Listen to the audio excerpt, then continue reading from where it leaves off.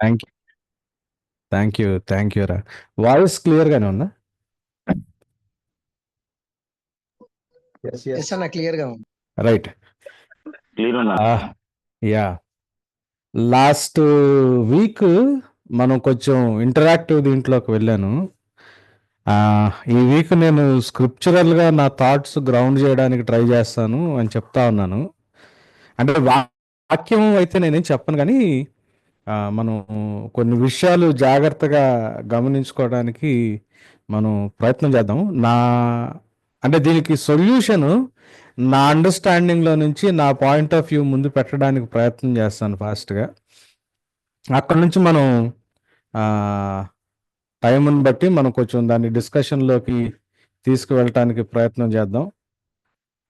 మాకు ఇక్కడ బయటంతా ఈ వినాయకుడి విగ్రహం కొంచెం గొడవ గందరగోళం ఉంది. కొంచెం సౌండ్స్ ఇబ్బందికరంగా ఉంటే ఏం అనుకోవద్దండి. రైట్. మనకి యెషయా గ్రంథం 5వ అధ్యాయంలో ఒక విన్యార్డ్ గురించి, ద్రాక్ష తోట గురించి ప్రభు మాట్లాడిన మాటలు ఉంటాయి. ఆయన ఒక తోట వేసాడు, మంచి ద్రాక్ష ఫలాల కోసం చూస్తుంటే మంచి ద్రాక్ష ఫలాలు రాలేదు. ఫైనల్గా కారు ద్రాక్ష వచ్చిన సంగతి మనకి బైబిల్లో ఉంటుంది. అయితే మనకి ఓల్డ్ టెస్టిమెంట్లో యెషయా గ్రంథంలో నుంచి న్యూ టెస్టిమెంట్ దగ్గరకు వచ్చేటప్పటికి యోహాను సువార్త 15వ అధ్యాయంలో యేసు ప్రభు దీన్నే జ్ఞాపకం చేస్తూ ఉంటాడు. ఇప్పుడు నేను లాస్ట్ టైం చెప్తా ఉన్నా కదా, ఇప్పుడు మనం ఉన్న యూత్ అనుకుందాం, యూత్ మెంబర్స్ అనుకుందాం, లేకపోతే చిల్డ్రన్ అనుకుందాం. వీళ్ళల్లో ప్రాబ్లం ఎందుకు వస్తాయా అంటే ఈ బ్రాంచ్లో ఉన్న సారాన్ని బట్టే ఉంటది ఏదైనా. ఈ మెయిన్ చెట్టు ఉంటది కదా, ఈ చెట్టు మంచిదైతే ఆ మంచి చెట్టులో నుంచి సారం పొందుకుని మంచి ఫలాలు వస్తాయి. ఈ చెట్టులో పనికిమాలినతనం ఉందనుకోండి, చెట్టులో పనికిమాలినతనం ఉంటే ఈ ఫలాలు చెడిపోతాయి. అయితే యోహాను సువార్త 15వ అధ్యాయంలో దేవుడు మనకు చూపించేది ఏంటంటే యేసు ప్రభు దీన్ని రీప్లేస్ చేస్తాడు. చేసేమంటాడంటే ఫస్ట్లో చేదు ద్రాక్షలు వచ్చినాయి అని యెషయా గ్రంథంలో దీనికి సంబంధించిన ప్రస్తావనని జ్ఞాపకం చేస్తా, ఇప్పుడు మీరు నాలో కొమ్మలై ఉన్నారు, నాలో అంటుగట్టున్నారు. యేసు ప్రభు అంటే నేను మంచి సారం ఇస్తాను, మంచి సారం ఇచ్చిన తర్వాత కూడా అసలు మీరు ఫలించకపోతే అసలు ఫలం వచ్చుద్దా రాదన్న పాయింట్ దగ్గరికి వచ్చాడు ఆయన. మీరు ఫలించకపోతే ఈ కొమ్మల్ని నేను, నా తండ్రి వ్యవసాయకుడు కట్ చేస్తాడు అన్న మాటలు మనకు అక్కడ కనిపిస్తాయి. సో దీన్ని ఏంటి అనేది కొంచెం ఆలోచించడానికి ప్రయత్నం చేద్దాం. ప్రాబ్లం ఎక్కడ వస్తుంది అంటే నా అండర్స్టాండింగ్ ప్రకారం మన వరల్డ్ వ్యూస్, మన అంటే ఈ జీవితం గురించి మనకున్న దృక్పథాలు ఉంటాయి కదా, వరల్డ్ వ్యూస్ ఉంటాయి కదా, దాంట్లో ప్రాబ్లం ఉంటుంది. ఇప్పుడు సాంఘిక శాస్త్రం ప్రకారం, సోషియాలజీ ప్రకారం నేను దీన్ని లోక మర్యాద, లోకానుసారమైన విధానం అని చెప్తా ఉన్నా. సాంఘిక శాస్త్రం ప్రకారం, సోషియాలజీ ప్రకారం మ్యారేజ్ అనేది గురించి ఒక డెఫినేషన్ ఉంది. ఏంటంటే marriage is a legal recognised social contract అన్నాడు. చట్టపరంగా గుర్తించబడ్డ ఒక సామాజికమైన ఒప్పందం, చట్టపరంగా రికగ్నైజ్ చేయబడిన సామాజికమైన ఒప్పందం. ఇది ఇద్దరు మనుషుల మధ్యలో జరుగుద్ది అన్నాడు. దీనికి బేస్ అయిందా అంటే ఒకటి అంటే పిల్లల్ని పుట్టించే ప్రక్రియ, సెక్షువల్ రిలేషన్షిప్ ఒకటైతే, రెండోది అంటే ఈ రిలేషన్షిప్ పర్మనెంట్గా ఒక పర్మనెంట్ కలయికగా ఉండటానికి. ఇది సాంఘిక శాస్త్రంలో మ్యారేజ్ గురించిన డెఫినేషన్. అయితే లీగల్గా అంగీకరించబడ్డ లేకపోతే గుర్తించబడ్డ సామాజికమైన ఒప్పందం ఇద్దరు మనుషుల మధ్యలో, వాళ్ళిద్దరి మధ్యలో శారీరక సంబంధం ఉండొచ్చు. ఆ శారీరక సంబంధం అన్నది పర్మనెంట్గా వాళ్ళు బ్రతుకున్నంత కాలం ఉండేటటువంటి ఒక సామాజికమైన ఒప్పందం ఇద్దరు మనుషులు మధ్యలో. ఇద్దరు మనుషులు జెండర్స్ ఏమైనా అయి ఉండొచ్చు అన్నది ఇప్పుడు మారిపోయింది. ఇది మ్యారేజ్ యాక్చువల్గా. అయితే ఈ సాంఘిక శాస్త్రంలోని కుటుంబం గురించి ఇంకొక మాట ఉంది. కుటుంబం డెఫినేషన్ ఏమి ఇచ్చాడు అంటే సోషల్లీ రికగ్నైజ్డ్ గ్రూప్ అన్నాడు. సామాజికంగా రికగ్నైజ్ చేయబడ్డ, గుర్తించబడ్డ గ్రూపు. ఈ గ్రూపు ఎలా రక్త సంబంధం వల్ల కానీ, జాయిన్డ్ బై బ్లడ్ మ్యారేజ్ కానీ, లేకపోతే అడాప్ట్ చేసుకోవడం వల్ల ఫామ్ అయిన రక్త సంబంధం వల్ల కావచ్చు, దత్తత తీసుకోవడం వల్ల కావచ్చు, సామాజికంగా గుర్తించబడ్డ గ్రూపు, దీన్ని ఫ్యామిలీ అన్నాడు. ఈ ఫ్యామిలీ అన్నది రెండు అంశాల మీద వస్తుంది. ఒకటి ఏంటంటే ఎమోషనల్ కనెక్షన్స్, ఇది ఫస్ట్ది. రెండవది ఎకనామిక్ యూనిట్, అంటే సొసైటీలో ఆర్థిక పరమైన విషయాల్ని నిర్దేశించేది కుటుంబం అని. సో మనకి ఇది అవునా కాదా అంటే ఇది సామాజికమైన దృక్కోణం అయినా కానీ క్రైస్తవత్వంలో కూడా ఇలానే ఉంది.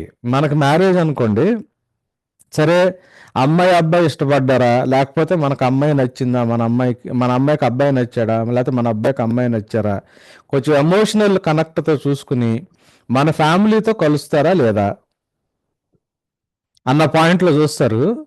ఇది చూసిన తర్వాత వాళ్ళు ఏం చదువుకున్నారు, వాళ్ళు ఏం ఉద్యోగం చేస్తారు.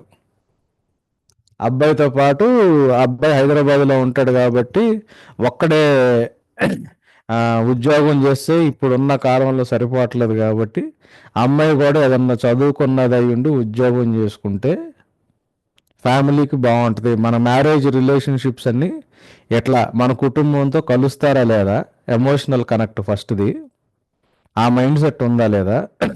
రెండోది ఆర్థికమైన విషయం. ఇది సమాజం అంగీకరించదు కాబట్టి ఈ అంగీకారం దగ్గర మూడో ఫ్యాక్టర్ వస్తుంది, అది కులం.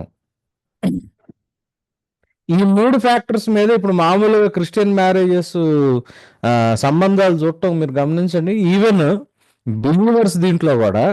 కాకపోతే దీంట్లో వీళ్ళు ప్రేయర్ చేసుకుంటారా, ఏ చర్చికి వెళ్తారు అని 2 క్వశ్చన్లు అడుగుతారు.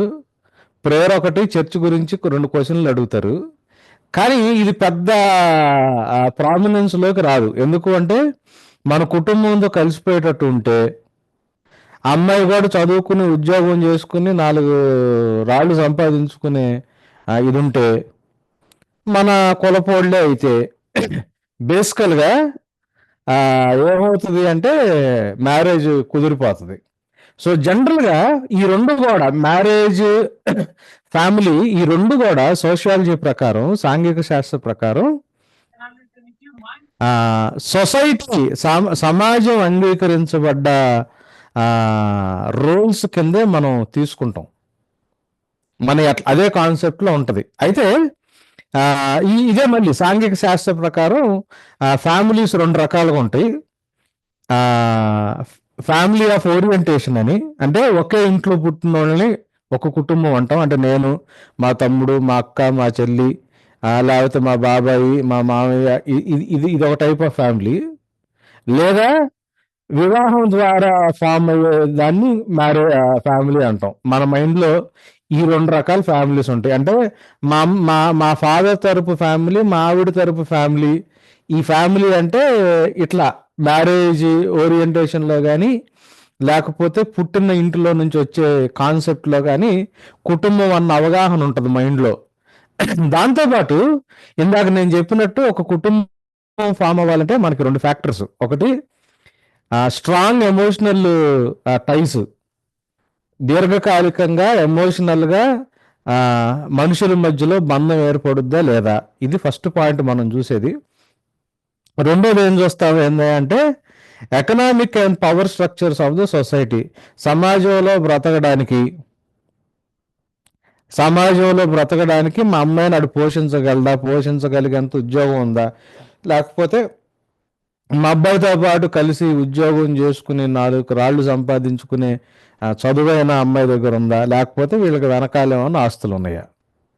So long term emotional relationships, economical ఆర్థికమైన వ్యవస్థ దీని బేస్డ్గానే అటు కుటుంబాలు, ఈ కుటుంబం ఆ, ఆ, అంటే ఒకే చోట పుట్టిన వాళ్ళ రిలేషన్షిప్ లో నుంచి వచ్చిన వివాహ బంధాల నుంచి వచ్చిన మ్యారేజ్కి, ఫ్యామిలీకి ఇదే మైండ్ సెట్, ఇదే దృక్పథంతో క్రైస్తవ కుటుంబాలు కూడా ఉన్నాయి. నేనేమన్నాను, చెట్టు సారం ఫలాన్ని నిర్ణయిస్తుంది అన్న పాయింట్ దగ్గరకు వచ్చి చెట్టు సారం గురించి, క్రైస్తవ కుటుంబ వ్యవస్థ గురించి మాట్లాడటానికి ప్రయత్నం చేస్తున్నా.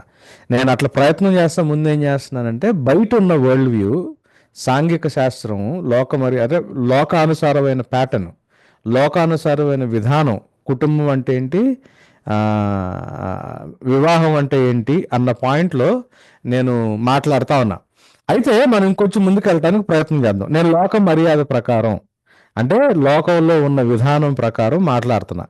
మనకేంటి మన మైండ్లో ఉండేది, కుటుంబాల్లో తల్లిదండ్రులకు కావచ్చు, జనరల్గా మన మైండ్లో ఉండేది ఏంటంటే, మన దగ్గర ఉద్యోగం లేకపోతే, మనం పేదవాళ్ళం అయితే దాని నుంచి ఒక ప్రాబ్లం వచ్చింది. ఏందయ్యా అంటే, ఆర్థికంగా మనం ఇన్స్టేబుల్గా ఉంటాము, ఆర్థికంగా మనం స్టెబిలిటీ మన దగ్గర ఉండదు. ఆర్థికమైన స్టెబిలిటీ, ఆ స్థిరత్వం లేకపోతే ఆర్థికంగా ఏమవుతుంది అంటే, మన దగ్గర ఫైనాన్షియల్ క్రైసిస్ వస్తాయి, మన దగ్గర డబ్బులు ప్రాబ్లం అవుతాయి. డబ్బులు ప్రాబ్లం అయితే ఏమైద్దాయా అంటే, మనకి కావాల్సిన వనరుల్ని మనం యాక్సెస్ చేసుకోవడానికి మన దగ్గర ఛాన్స్ ఉండదు. నేను మినిమం రిసోర్సెస్ గురించి మాట్లాడుతున్నా. అంటే సామాన్యమైన మానవుడు మైండ్ సెట్ ఇక్కడ నడుస్తుంది. మనకి మనకి రిసోర్సెస్కి యాక్సెస్ కావాలా. మనకి మినిమం రిసోర్సెస్ ఏంటి? హెల్త్, ఎడ్యుకేషను, హౌసింగు, నీరు, తిండి, ఉండటానికి ఇల్లు కదా, ఈ కాన్సెప్ట్ అనమాట ఆరోగ్యం. ఇట్లాంటి రిసోర్సెస్కి సారీ సారీ యాక్సెస్ ఉండదు. ఇది మనకుండే మైండ్ సెట్.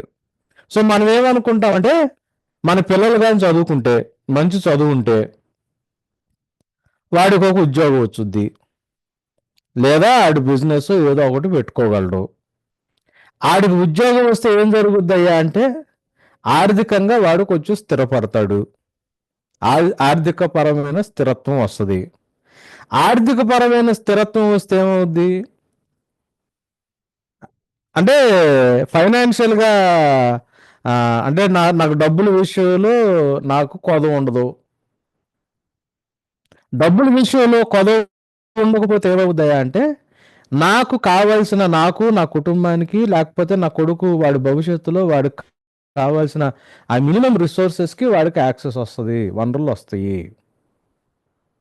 ఇది జనరల్గా మనందరికి ఉండే మైండ్ సెట్.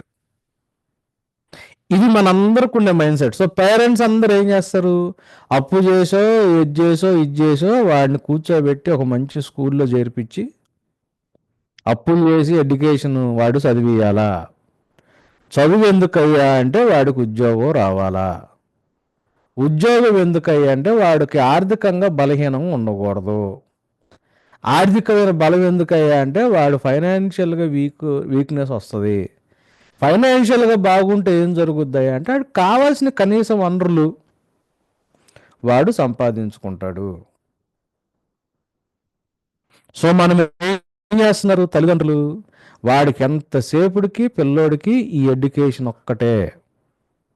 వాడు సండే స్కూల్లో ఏమి నేర్చుకోకపోయినా పర్లా, దేవుడి గురించి ఎక్కకపోయినా పర్లా, వాడికి ఇంట్రెస్ట్లు ఏమైనా ఉన్నాయా, వాడికి ఏమైనా హాబీస్ ఉన్నాయా, వాడేమైనా ఇష్టపడుతున్నాడా, వాడికి ఏమైనా గిఫ్ట్లు ఉన్నాయా, వాటిని మనం గమనించుకోకపోయినా పర్లా, మన మైండ్లో మాత్రం మొండిగా ఒకటి కూర్చుంటుంది, చదువు ఉంటే వీడికి 4 రాళ్ళు సంపాదించుకుంటాడు, 4 రాళ్ళు సంపాదించుకుని ఆడు కొంచెం స్థిరంగా ఆడి జీవితంలో వాడు సెటిల్ అయితే, అంటే ఈ రెండు కరెక్ట్గా సెటిల్ అవ్వడం మన లెక్కలో, వాడు సెటిల్ అయితే రేపు పొద్దున ఆడికి కావాల్సిన ఆడు సంపాదించుకోగలుగుతాడు, వాడికి వాడికి యాక్సెస్ వస్తుంది.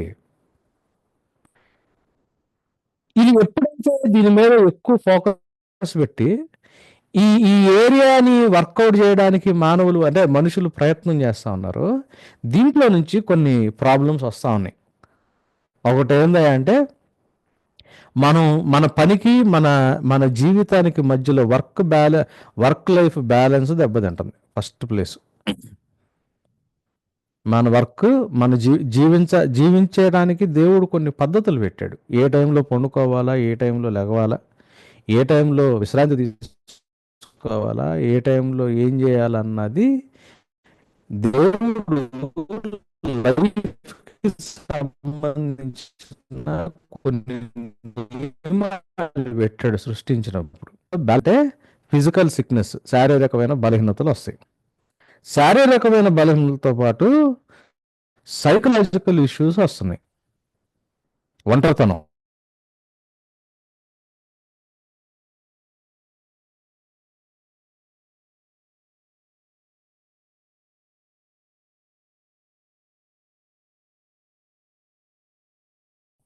టీవీ లేకపోతే సినిమాలు, వీటిలో నుంచి బయటకు రావడానికి మనం చేసే ప్రయత్నాలు. ఈ మొబైల్, ఈ టీవీల్లో నుంచి వచ్చే ఆ వైట్ లైటు, లేకపోతే బయటికి వెళ్ళి తినటం. ఇంకొక పెద్ద టైం పాస్ ఏందయ్యా అంటే వీళ్ళకి బయటికి వెళ్ళి తినటం. ఈ తిండి వీటన్నిటి నుంచి ఏమవుతుంది, సైకలాజికల్గా ఇష్యూస్ వస్తున్నాయి. సైకలాజికల్ ఇష్యూస్ నుంచి భార్యాభర్తల మధ్యలో ఫైట్, హస్బెండ్కి వైఫ్కి మధ్యలో ఫైట్ వస్తుంది. ఈ హస్బెండ్కి వైఫ్కి మధ్యలో ఫైట్ వస్తా పిల్లలు వాళ్ళ చైల్డ్హుడ్ని మిస్ అవుతున్నారు. సో మనం ఆలోచిస్తున్న ఏరియా ఇది, మన కన్సర్న్ ఏరియా ఇది. సో మనం చూస్తున్న ఏరియా ఇది. ఇదంతటి కారణం ఏంటయ్యా అంటే మన ఆలోచన విధానం. మన ఆలోచన విధానాన్ని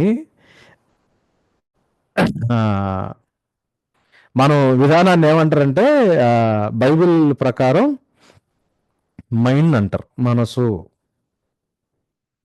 మనస్సు మైండ్ అంటే అర్థం ఏంటి అంటే మన ఆలోచించే విధానం, మన ఆలోచన, ఆ ప్రాసెస్ ఆఫ్ అవర్ థాట్ ఉంటుంది చూసారా, మన థాట్ లైఫ్, మన ఆలోచన విధానం ఉంటుంది చూసారా, దాన్ని మనసు అంటారు, దాన్ని మైండ్ అంటారు. సో ఇది యాక్చువల్గా మన వాళ్ళకి ఉన్న కాన్సెప్ట్.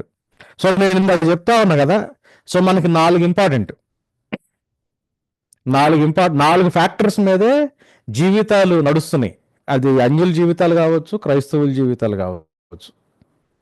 4. ఒకటి ఎడ్యుకేషను, రెండోది ఎంప్లాయ్మెంట్ ఆర్ బిజినెస్. ఎడ్యుకేషన్ ఎందుకంటే జ్ఞానం, ఎంప్లాయ్మెంట్ ఆర్ బిజినెస్. మూడవది వెల్త్, సంపద. 4వది మనకు కావాల్సిన రిసోర్సెస్, వనరులు. ఈ 4 ఫ్యాక్టర్స్ కుటుంబాన్ని, సంబంధాన్ని నిర్దేశిస్తున్నాయి. మనకు కావాల్సింది ఏంటి, రిసోర్సెస్కి యాక్సెస్ కావాలా ఫైనల్గా. అంటే మన జీవిత గమ్యం ఏంటి, క్రైస్తవు అంటే తల్లిదండ్రుల గమ్యం ఏంటి, లేకపోతే పిల్లల గమ్యం ఏంటి అంటే నాకు అవసరమైన వనరులు నాకు కావాలా చేతిలోకి. లేకపోతే నా కొడుకు పెద్దోడైతే, నా కూతురు పెద్దోడైతే వాడి జీవితంలో వాడికి అవసరమైన వనరులు వాడి చేతుల్లో ఉండేటట్లు నేను వాడిని పెంచాలా, వాడికి కావాల్సిన రిసోర్సెస్ వాడు యాక్సెస్ చేసుకోగలిగేటట్లు నేను పెంచాలా. అది జీవితం అంటే జీవితానికి అసలు డిసైడింగ్ ఫ్యాక్టర్.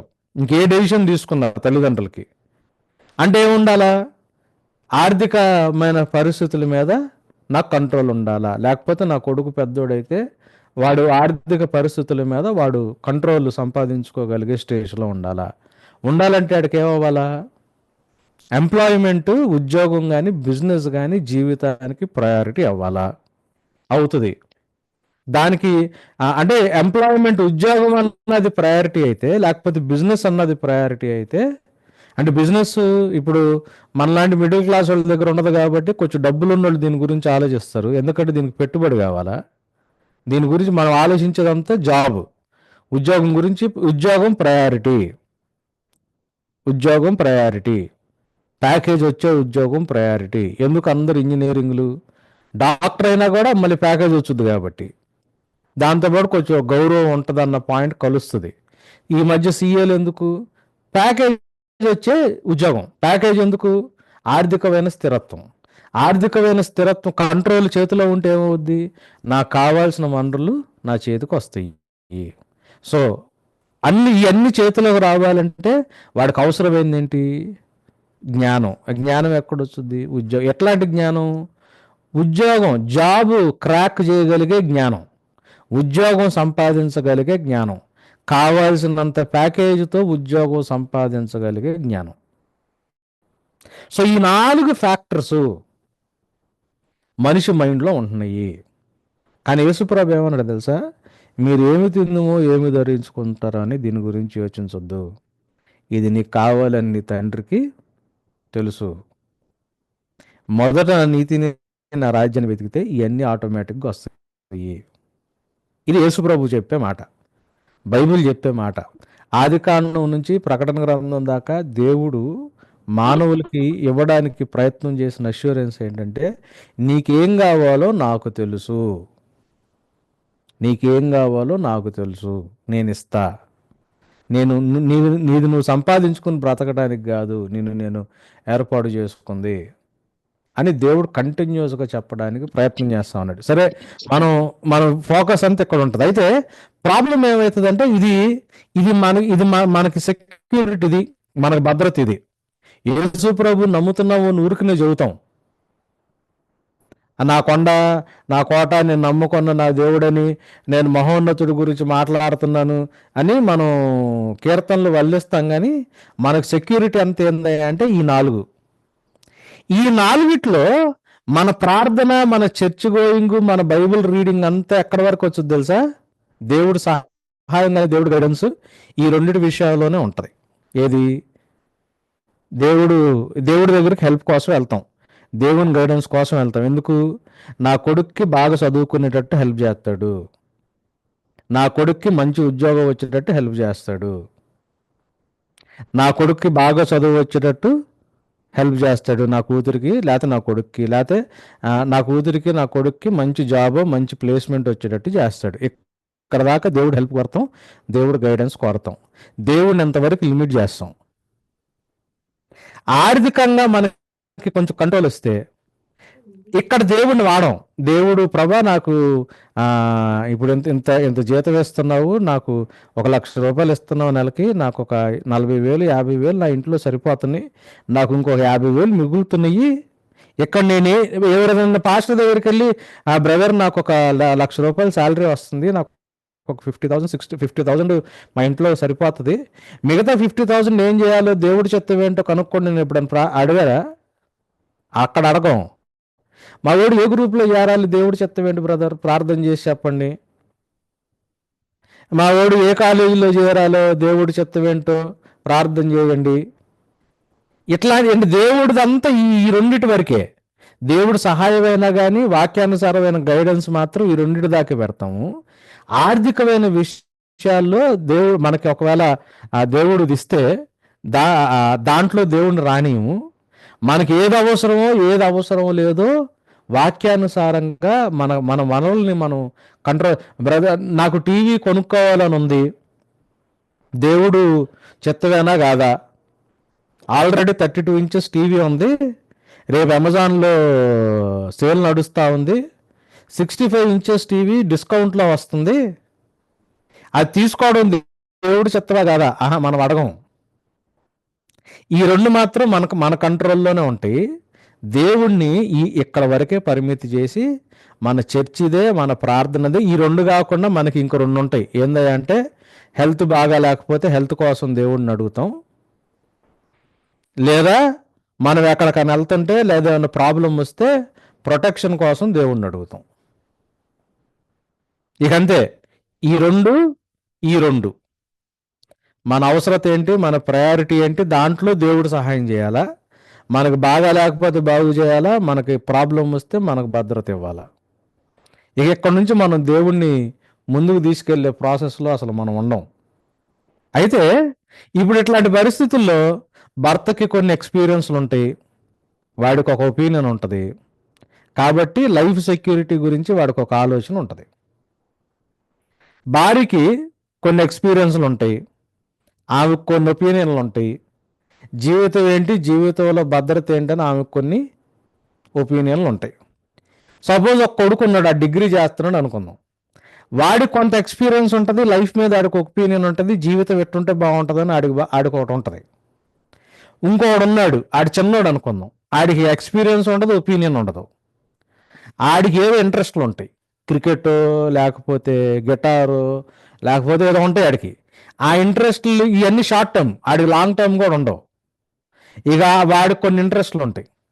ఇప్పుడు వీళ్ళిద్దరు ఈ మధ్యలో సఖ్యత కుదరట్లేదు అనుకోండి, వీళ్ళ ఒపీనియన్కి వీళ్ళ భర్త ఒపీనియన్కి భార్య ఒపీనియన్కి సఖ్యత కుదరట్లేదు అనుకోండి, వీళ్ళిద్దరిలో ఒకలాంటి ప్రాబ్లం ఉంటుంది పిల్లల్లో. లేదా వీళ్ళిద్దరికి సఖ్యత కుదిరింది అనుకోండి, ఇక దీని ఫోర్స్ అంతా తీసుకొచ్చి వీళ్ళిద్దరు ఒపీనియన్ కుదిరిందిగా, ఈ ఇద్దరు కుదిరిన ఒపీనియన్ అంతా తీసుకొచ్చి ఎవరి మీద వేస్తారు, వీళ్ళు పిల్లల మీద వేస్తారు. పిల్లల మీద వేసినప్పుడు వీళ్ళ ఒపీనియన్కి వీళ్ళ ఇంట్రెస్ట్లకి వీళ్ళ ఒపీనియన్లకి ప్రాబ్లం వచ్చింది. ప్రాబ్లం వచ్చినప్పుడు ఈ పెద్దోడు ఏం చేస్తాడంటే, ఒకవేళ కొంచెం బాగా మాట్లాడే అమ్మాయి ఉంటే అమ్మాయిని ప్రేమిస్తాడు, లేకపోతే ఈ ఈ ఈ ఈ ప్రెషర్లో నుంచి తప్పించుకోవడానికి నిషా ఇచ్చే డ్రగ్ ఏదైనా ఉంటే డ్రగ్ని తీసుకుంటాడు, లేదా చేయదాటి వెళ్ళిపోతాడు. ఇక్కడ వస్తాయి ప్రాబ్లమ్స్. సో బైబిల్లో దేవుడు ఏమంటాడు, లోక మర్యాదల్ని అనుసరించొద్దు, నడుచుకోవద్దు. రోమాపత్రిక 12:2. దేన్ని అనుసరించకూడదు, ఈ లోక మర్యాదని అనుసరించకూడదు అంటే అనుసరించి ప్రవర్తించొద్దు, అనుసరించి నడుచుకోవద్దు అని ఏమంటాడు. బీ ట్రాన్స్ఫార్మ్డ్, రూపాంతరము పొందుడి. అంటే రూపాంతరం పొందడం అంటే పూర్ణంగా పరివర్తన చెందటం. ఇక్కడ ఈ ట్రాన్స్ఫార్మ్డ్ అన్న మాట, రూపాంతరం అన్న మాట, ఈ ట్రాన్స్లేషన్స్కి గ్రీక్ భాషలో ఏముందంటే మెటమార్ఫాయో అనే మాట ఉంది గ్రీక్లో. మెటమార్ఫాయో అనే మాటలో నుంచి మెటమార్ఫాసిస్ అనే సైంటిఫిక్ వర్డ్ వచ్చింది. మెటమార్ఫాసిస్ అంటే అర్థం ఏంటంటే, ఇప్పుడు సీతాకోక చిలుక లైఫ్ సర్కిల్ చూస్తే ఇది ఒక గుడ్డులాగా ఉన్నప్పుడు ఒక షేప్లో ఉంటుంది కదా, గొంగళి పురుగులాగా ఉన్నప్పుడు ఒక షేప్లో ఉంటుంది, ఫైనల్గా సీతాకోక చిలుక ఇది ట్రాన్స్ఫర్మేషన్. అంటే చూడటానికి వేరుగా ఉంటుంది, ముట్టుకుంటే వేరుగా ఉంటుంది, రంగు వేరుంటుంది, తినే తిండి వేరుంటుంది, జీవించే విధానం వేరుంటుంది.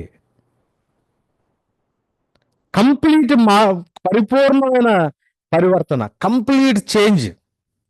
ఈ చేంజ్ రావాలా, ఇట్లా మారమంటున్నాడు. సో ఇక్కడ ఏమంటున్నాడు చూడండి, బీ ట్రాన్స్ఫార్మ్ అంటున్నాడు. ఎట్లా ట్రాన్స్ఫార్మ్ అవ్వమంటున్నాడు, మైండ్ మార్చుకోండి. ఏది మారాలా, మనసు అంటే నేను ఇందాక ఇంట్రడ్యూస్ చేశా, ఆలోచించే విధానం ఉంటుంది చూసారా, దాన్ని మైండ్. మనసు అంటే అది, జీవితానికి ఇది ఉంటే సరిపోద్ది, జీవితం ఇలా ఉంటే నాది సేఫ్గా ఉంటాను, ఇలా ఉంటే నా పిల్లలు రేపు పొద్దున్న సేఫ్గా ఉంటారు అని మనకుండే ఒపీనియనేటెడ్ థింకింగ్ ఉంటుంది చూసారా, ఒక ఒక ఒక ఒక ఒక ఆలోచన విధానం ఉంటుంది చూసారా, దాన్ని మనసు. బీ ట్రాన్స్ఫార్మ్డ్ అంటున్నాడు. మీరు మారాలా, దేంట్లో మారాలా అంటే మనసు మారి నూతన మొగుట వల్ల మారాలా. ఈ మనసు మారటం అన్నదాన్ని రక్షణకి కూడా వాడారు. ఏంటి, మారు మనసు.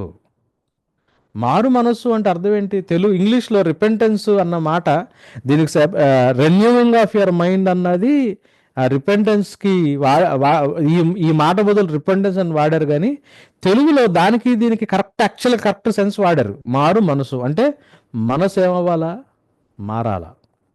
మారు మనసు అంటే ఏడవటం కాదరే, నేను ఎంత పాపినా, నేను ఎంత భయంకరున్నా, నేను ఎట్టండి పనులు, అది పశ్చాత్తాపం. అది అది అది రిమోర్స్ అంటారు. అది పశ్చాత్తాపం. పశ్చాత్తాపం రక్షణకి మొదటి మెట్టు కాదు. జీవితం గురించి మన ఆలోచన విధానంలోనే మార్పు రావాలా. అది రక్షణకి మొదటి మెట్టు. నేను ఇంత పాపినా, నేను ఇంత చండాలపు దాన్నా, నేను ఇట్లాంటి పనులు చేశానా, ఓరి బాబా ప్రభా నేను చాలా బాధ పెట్టాను, నేను ఇంకోసారి చేయను ప్రభా అని ఏడుస్తున్నాను అనుకోండి, అది రిమోర్స్. అది పశ్చాత్తాపం, మారు మనసు కాదు. మారు మనసు అంటే ఆలోచన విధానం. అట్లా ఏడిసి బాధపడేది మారు మనసు కాదు. నాలో జీవితం పట్ల నాకున్న అవగాహన, నా ఆలోచన విధానంలో మార్పు తీసుకురావడం అన్నది మారు మనసు. ఇది ఎట్లా జరుగుద్దయా అంటే ఆయన ఏం చెప్తున్నాడు, ఎలా జరుగుద్దంటే దేవుని చిత్తమేదో పరీక్షించి అంటే మారు మనసు ఏమవుతుంది, ఎప్పుడైతే మార్చుకోవాలన్న మైండ్ సెట్ నాలో వచ్చుద్దో, మారు మనసు రావాలని వస్తుందో, దానివల్ల ఏం జరుగుద్ది, నా మనసు మార్చుకుంటే ఓకే, నాకున్న ఆలోచన కరెక్ట్ కాదు, ఇది లేకపోతే నాకు భవిష్యత్తు లేదు, ఇది లేకపోతే నా పిల్లలకు భవిష్యత్తు లేదు అని నాకు ఒక మైండ్ సెట్, నాకు ఒక సెక్యూరిటీ సిస్టమ్ ఉంది చూసారా, ఇది కరెక్ట్ కాదు, ఇది మార్చుకోవాలా అన్న మారు మనసు నాకు ఎప్పుడైతే వచ్చుద్దో, నా ఆలోచన విధానమే మారాలని నాకు మారు మనసు ఎప్పుడైతే వచ్చుద్దో, దేవుని చిత్తం ఏదో పరీక్షించి తెలుసుకోగలుగుతాం మనం. అప్పుడు దాకా మనం ఎంత బైబిల్ చదివినా దాంట్లో దేవుని చిత్తాన్ని పరీక్షించగలిగే అవకాశం మనకు దొరకదు. అంటిల్ అన్లెస్ వీఆర్ ప్రిపేర్డ్, అంటే we are ready to be transformed in our mind. మన మనసు మార్చుకోవాలి, మన ఆలోచన విధానం మార్చుకోవాలి, జీవితం పట్ల, వివాహం పట్ల, కుటుంబం పట్ల, భవిష్యత్తు పట్ల, నా పిల్లల జీవితం పట్ల,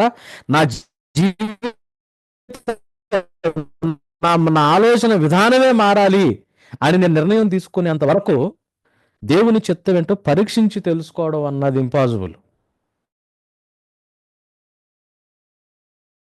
ఉత్తమమైనది ఏంటో, అనుకూలమైనది ఏంటో, సంపూర్ణమైనది ఏంటో మనకు అర్థం అవుతుంది. అప్పటిదాకా అర్థం కాదు. సో మన మైండ్ సెట్ మార్చుకోవడానికి మనం రెడీ అవ్వాలి. నాకు ఇంకా కరెక్ట్గా 9 minutes ఉన్నాయి. నేను ఇంకో దాని గురించి మాట్లాడు. సో దేవుడు ఏం చేస్తున్నాడు, కుటుంబం గురించి, వివాహం గురించి, కుటుంబం గురించి, సామాజిక జీవనం గురించి మనకొక విధానం, మనకొక ఆలోచన విధానం ఉంది. ఈ ఆలోచన విధానం నుంచి వాక్యానుసారంగా కుటుంబం ఏంటి, వివాహం ఏంటి, కుటుంబం ఏంటి, దాంట్లో సమాజంలో మనకున్న బాధ్యత ఏంటి అని దేవుని రాజ్య విధానంలోకి మార్చడానికి దేవుడు మనకు బైబిల్ గ్రంథాన్ని తీసుకొచ్చి పెట్టాడు. బైబిల్. సో బైబిల్ని మనం అందుకోసం, దీనికోసం మనం బైబిల్ని అప్రోచ్ అవ్వకపోతే, మన బైబిల్ అప్రోచ్ దీనికోసం లేకపోతే, మన ప్రార్థన అప్రోచ్ దీనికోసం లేకపోతే, ప్రేయర్ కూడా దీనికోసం చేయకపోతే, మన వాక్యాన్ని, ప్రార్థనని తప్పుగా వాడుతున్నాము. చర్చ్ కూడా ఇందుకోసం మీకు ఉపయోగపడకపోతే, చర్చికి కూడా మనం రాంగ్ వేలో వెళ్తున్నాము. బైబిల్ చదివే విధానంలో ప్రాబ్లం వస్తుంది, ప్రార్థన చేసుకునే విధానంలో ప్రాబ్లం వస్తుంది, చర్చికి వెళ్ళే విధానంలో ప్రాబ్లం వస్తుంది. మేబీ మీరు రోజుకు 2 సార్లు బైబిల్ చదువుతూ ఉండొచ్చు, రోజుకి 3 పూట్ల ప్రార్థన చేస్తూ ఉండుండొచ్చు, ప్రతి ఆదివారం చర్చికి వెళ్తూ ఉండుండొచ్చు. దాంట్లో ప్రాబ్లం ఉంటుంది. మీరు గమనించండి, దేవుడు సృష్టికర్త. మానవుడి జీవితానికి మొదలు నిర్దేశించింది ఆయనే,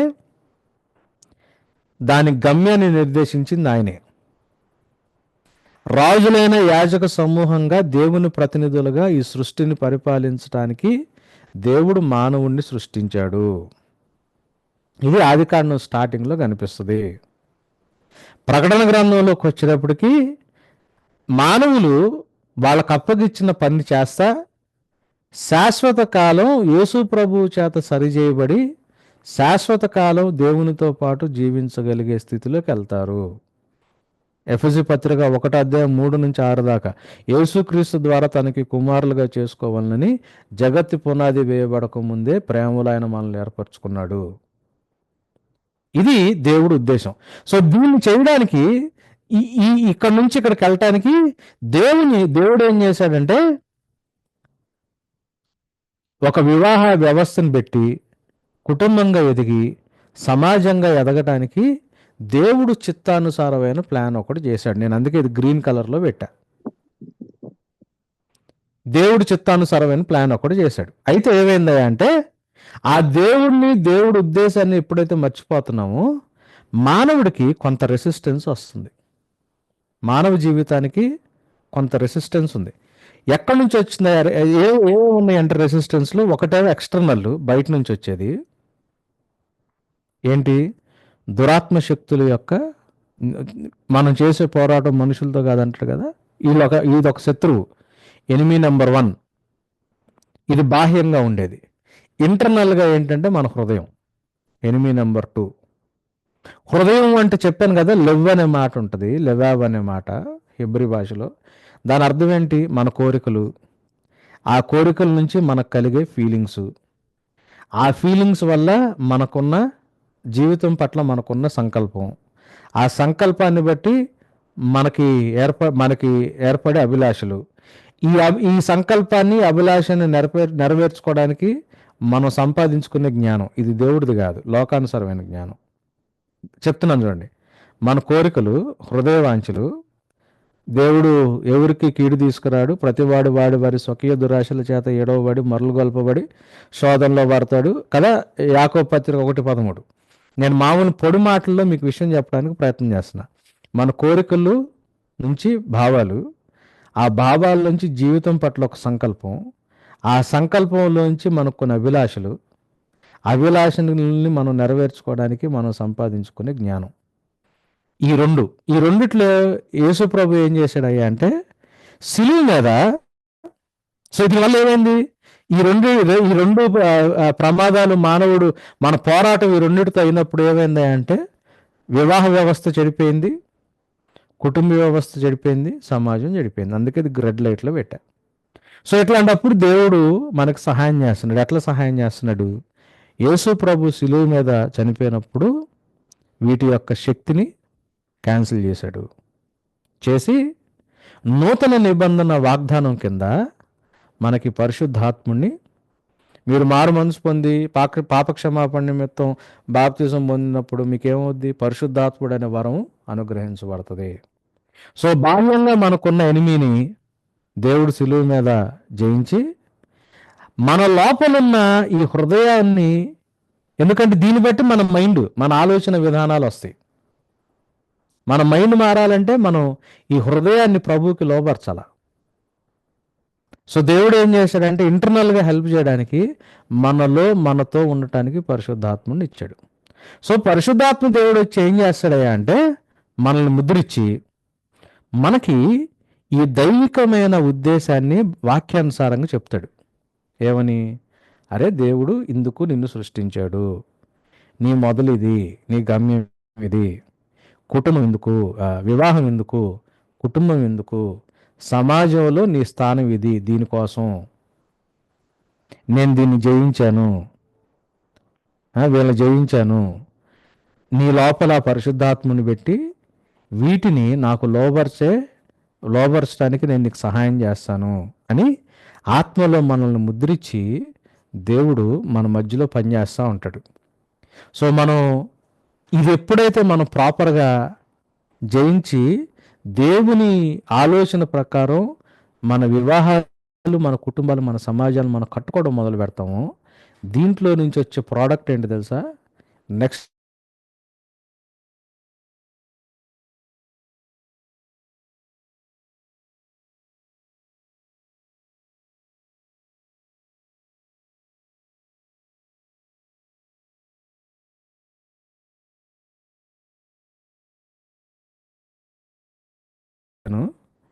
కాకపోతే దీని గురించి కొంచెం మాట్లాడుకోవడానికి ప్రయత్నం చేద్దాం. అర్థమైందా? అర్థం కాలేదా? ఎవరన్నా అన్మ్యూట్ చేసుకుని కొంచెం, నా ప్రజెంటేషన్ అయిపోయింది కాబట్టి మీరు మైకులు మ్యూట్ చేసుకోవాల్సిన అవసరం లేదు, అన్మ్యూట్ చేసుకుని మాట్లాడండి.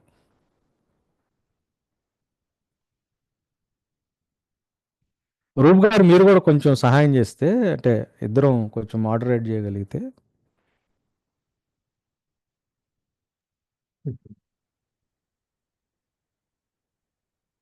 యా బ్రదర్స్, మీరు కొంచెం ఓపెన్ అయ్యి మాట్లాడటానికి ప్రయత్నం చేయండి.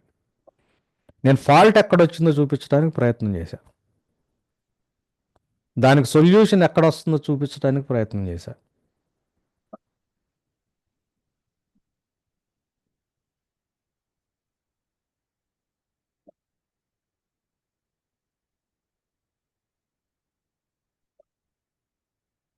ఫ్లోర్ నుండి దయచేసి ఎవరైనా మాట్లాడొచ్చు అండి, మన గ్రూప్ లో నుండి.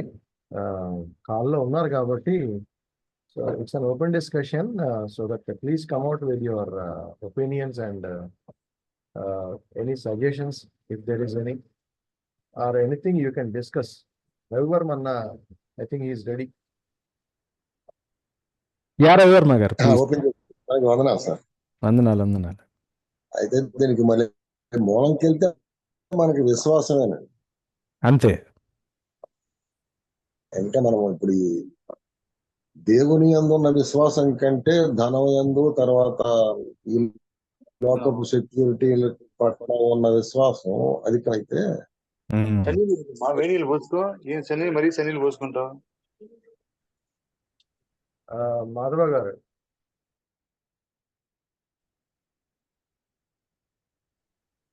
అన్నా మీరు మ్యూట్ చేసుకోవాలి మైక్. రవివర్మ అన్న ప్లీజ్, మీరు అన్మ్యూట్ చేసుకుని మాట్లాడండి.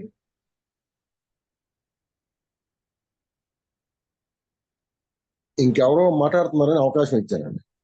లేదన్నా, మీరు ప్లీజ్ యూ కంటిన్యూ. అది ఇంటర్ఫరెన్స్ మాత్రమే.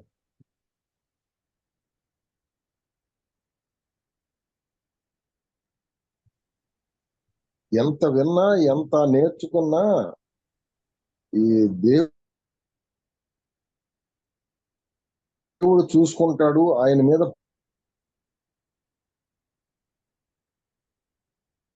పూర్తిగా ఆధారపడదాం అన్నటువంటి విశ్వాసం, అది తర్వాత మన చుట్టూ ఉన్నటువంటి ఇన్ఫ్లుయెన్స్ చేసినందువల్ల ఏంటంటే ఈ మ్మ్. మన జ్ఞానం, మన ఆలోచన ఇవే బలపడతాయి తప్ప దైవ దైవ రాజ్య మర్యాద మీద మనకు నమ్మకం తక్కువ. ఆ. కారణం ఏంటంటే ఇది మనం ఇది తప్పు. బైబిల్ ఎట్లా చదవాలో, ఎందుకు చదవాలో అట్లా చదవట్లేదు, అందుకు చదవట్లా. ప్రార్థన ఎలా చేయాలో, ఎందుకు చేయాలో అట్లా చేయట్లా. పోనీ నేర్చుకోవడానికి ప్రయత్నం చేస్తున్నాము అంటే నేర్చుకోవడానికి ప్రయత్నం చేయట్లా. నేను మళ్ళీ టీము ఉద్దేశం ఆ నేర్పించే ఏరియాల్లోనే పని చేస్తున్నాం కాబట్టి టీము ఎక్కడ మీకోసం నిలబడుతుంది అన్న పాయింట్ దగ్గరికి రవివర్మ గారు చెప్పినట్టు ఆ ప్రభువు మీద విశ్వాసం, దేవుని మీద ఆనుకునే ఇది రావట్లేదు. అంటే వాక్యం నీ ఎలా చూడాలి, ఏ ఏ దృక్కోణంలో చూడాలా, వాక్యాన్ని ఎలా అర్థం చేసుకోవాలా, బైబిల్ని ఎందుకు ఇచ్చాడు, దాన్ని ఎట్లు చూడాలా, ప్రార్థన ఎలా చేసుకోవాలా, ఇది బేసికల్గా దీని గురించి మనం నేర్చుకోవాలా. అది అది అది అది ప్రాపర్గా నేర్చుకోకుండా ట్రెడిషనల్గా వచ్చిన వాటిని మనం ఎప్పుడైతే ఫాలో అవుతామో, మీరు ఎప్పుడైనా గమనించండి, ట్రెడిషన్ ట్రూత్కి ఎనిమి. ఆచారపరంగా వచ్చేది ఏదైనా కానీ సత్యానికి విరోధంగానే ఉంటుంది. ఆ చిన్నప్పటి నుంచి చర్చిలో పెరిగాం కదా, చిన్నప్పటి నుంచి మాకు తెలుసు కదా అనుకుంటే, tradition is an enemy to truth. Truth నేర్చుకోవాలంటే ట్రెడిషన్ని పక్కన పెట్టి ఎడ్యుకేషన్లోకి రావాలా. ఎడ్యుకేషన్ లేకపోతే ట్రూత్ తెలియదు. క్రిస్టియన్ ఎడ్యుకేషన్ లేకపోతే ప్రభువు మీద ఆధారపడటం తెలియదు. యా, నేను మధ్యలో ఇంటరప్ట్ చేశానేమో.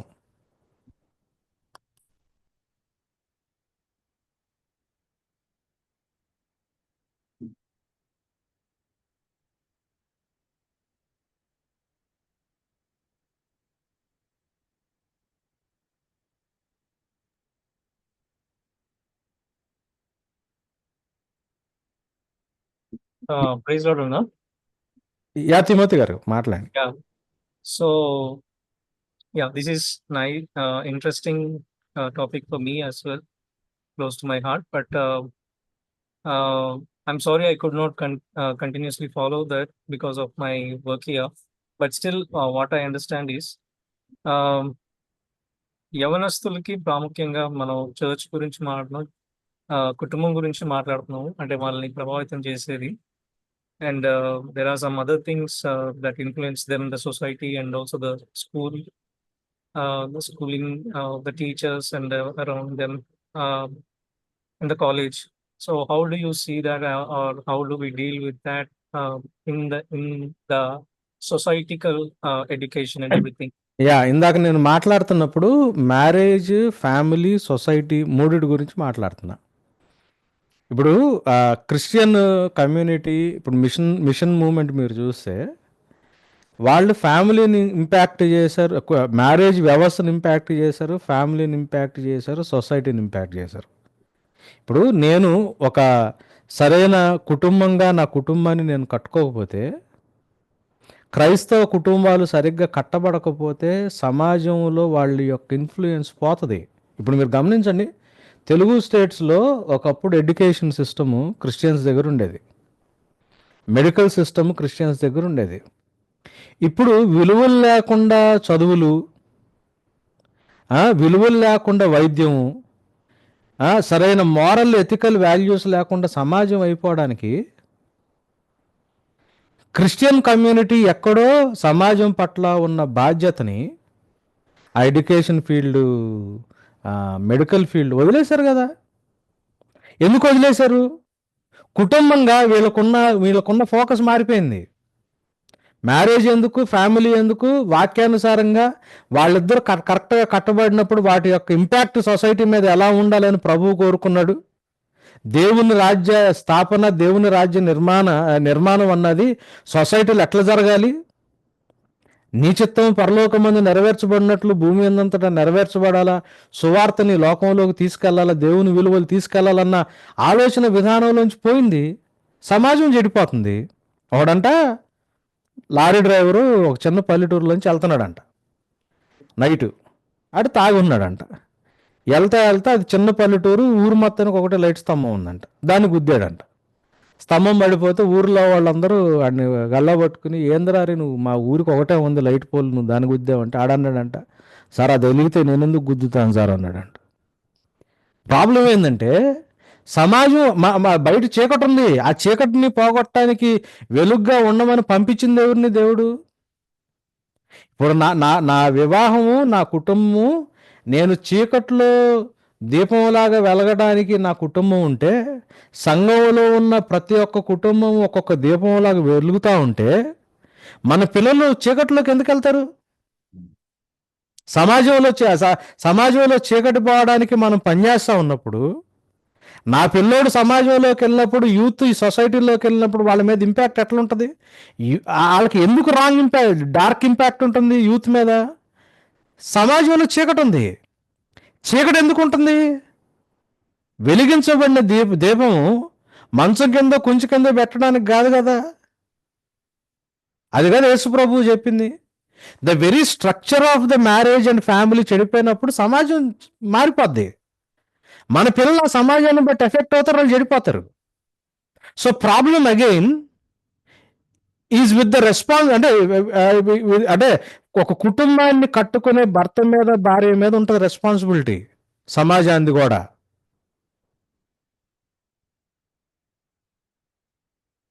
తిమోతి బ్రదర్, నేను మీకు answer ఇచ్చానా? Yes, sir. I mean, I was just wanted to go into deeper like about the society. Thank you. Yeah, మనం ఆ డార్క్నెస్ ని సొసైటీలోనే ఉంచేసి మనం ఎంతసేపటికి ప్యాకేజీల గురించి ఆలోచించి మన ఇప్పుడు జర్నలిజం అన్ని చోట తప్పుడు ఫేక్ న్యూస్ ఉంది. ఎంతమంది క్రిస్టియన్స్ సత్యాన్ని, నిజమైన వాస్తవాలు తీసుకురావడానికి జర్నలిజం గురించి ఆలోచిస్తున్నారు సొసైటీ కోసం? ఇప్పుడు సొసైటీని వెలిగించాల్సిన బాధ్యత ఉన్నప్పుడు ప్రాపర్ జర్నలిజంలో మనోళ్ళు ఉండాలి కదా క్రిస్టియన్స్, బ్యూరోక్రసీలో మనోళ్ళు ఉండాలి కదా క్రిస్టియన్స్, చట్టాల్లో, కోర్టుల్లో మనోళ్ళు ఉండాలి కదా క్రిస్టియన్స్. ఎక్కడున్నారు? దేవుడు కృప వల్ల మా వాడు అమెరికాలో సెటిల్ అయిపోయాడు బ్రదర్. మనోళ్ళకి ఇది బాధ్యత లేదు. బాధ్యత ఎందుకు లేదు సమాజం పట్ల? కుటుంబం ఎందుకు ఉండాలి వీడికి తెలియదు. వాక్యానుసారమైన కుటుంబం ఎట్లా కట్టబడాలో తెలియదు, సమాజం చెడిపోద్ది. ఈడు కొడుకు సమాజంలోకి వెళ్తాడు, ఆడు చెడిపోతాడు. సో అసలు యూత్ది, పిల్లలది ప్రాబ్లమే కాదు, problem is with the parents, husband and wife, ఆ ఫ్యామిలీ స్ట్రక్చరు, మనకుండే బైబిల్ మీద, బైబిల్ గురించిన మనకున్న జ్ఞానం, ద ఎడ్యుకేషన్. మార్టిన్ లూథర్ గారు ఏమన్నారు తెలుసా రిఫర్మేషన్ మూవ్మెంట్ అప్పుడు?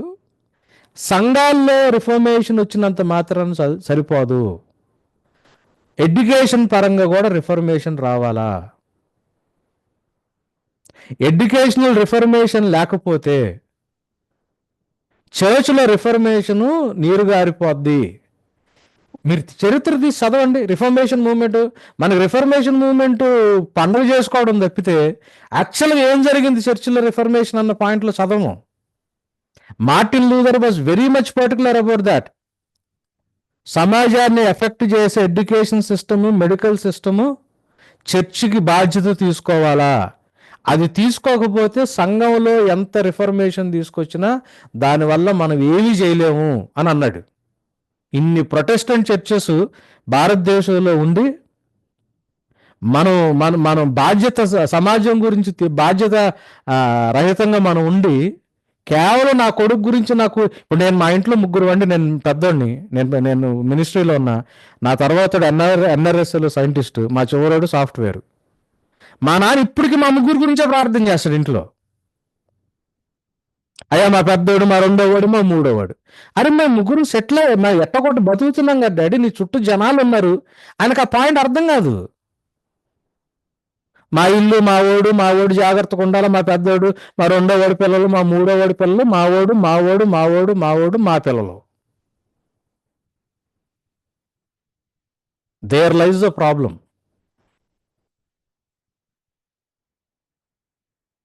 ఇంకెవరన్నా?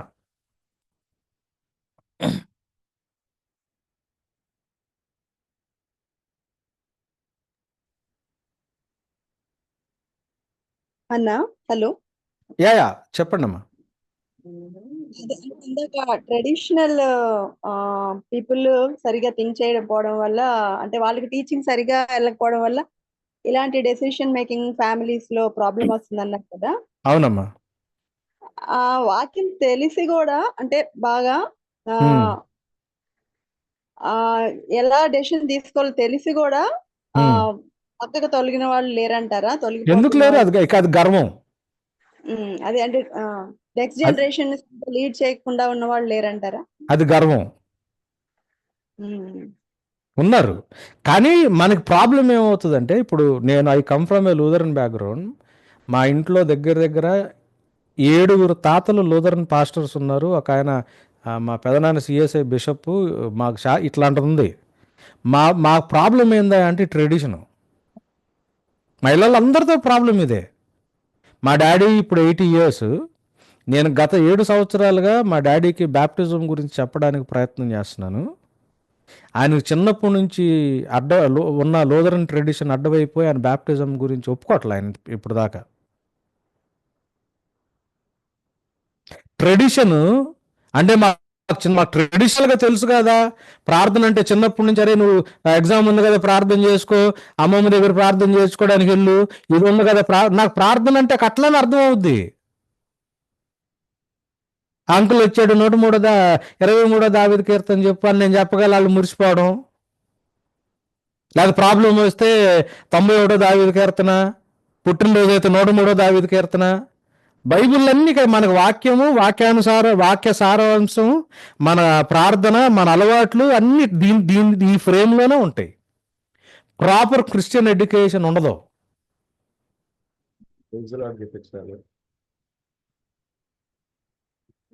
సో అంటే టీచింగ్ అండ్ అప్లికేషన్ పార్ట్ లో ప్రాబ్లం అంటారు. అదే problem. Proper Christian education problem. Education ఉన్న తర్వాత నెక్స్ట్ అప్లికేషన్, నెక్స్ట్ పార్ట్, అక్కడ ప్రాబ్లం. ఓకే ఓకే అన్న, ఓకే అన్న, థ్యాంక్ యూ. రూప్ గారు. బ్రదర్ నేనే మాట్లాడలేదు.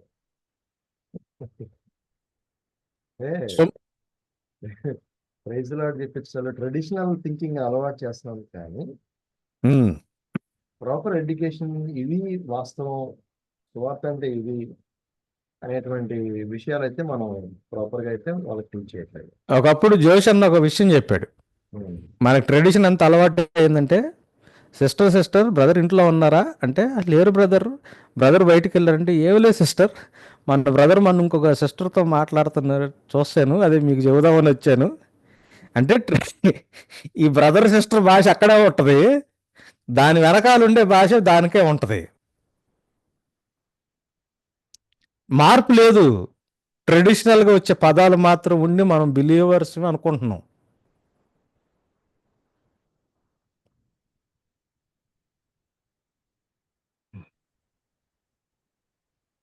ట్రెడిషనల్ టీచింగ్ మారాలి మొదట.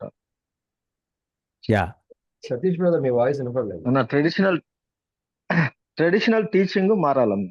ట్రెడిషన్ నుంచి Teaching లో బయటకు కూడా వచ్చి traditional- ప్రాపర్ బిబ్లికల్ టీచింగ్ లో మనం స్థిరపడాలా. పరిశుద్ధాత్ముని యొక్క అనుగ్రహం కూడా అందుకే, ఆ సత్యస్వరూపమైన ఆత్మ మీ దగ్గరికి వచ్చినప్పుడు ఆయన మిమ్మల్ని సర్వసత్యములోకి నడిపిస్తాడు. సత్యం అంటే ఏంటి? 119 దావీదు కీర్తన 160 వచనంలో నీ వాక్య సారాంశము సత్యము అంటాడు దావీదు. యోహాను 8:32 యేసుప్రభు ఏమంటాడు?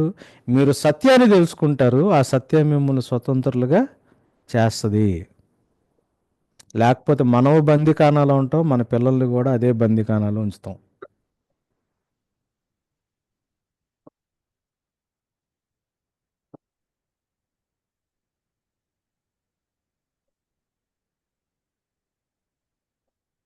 ఈ ట్రెడిషనల్ లీడర్స్ పెద్దలు అనుకున్నటువంటి వాళ్ళు, పేరు పొందినటువంటి వాళ్ళు కూడా వాళ్ళతో మాట్లాడితే వాళ్ళు ఏమంటున్నారంటే, ఒక తోటలో పెంచబడుతున్నాం కదా బ్రదర్, ఆ తోటలో నుంచి మనం ఉండాలి కదా, దాన్ని పాటించాలి కదా అన్న భావం వాళ్ళు వెలిబుచ్చారు సార్ చాలా మంది.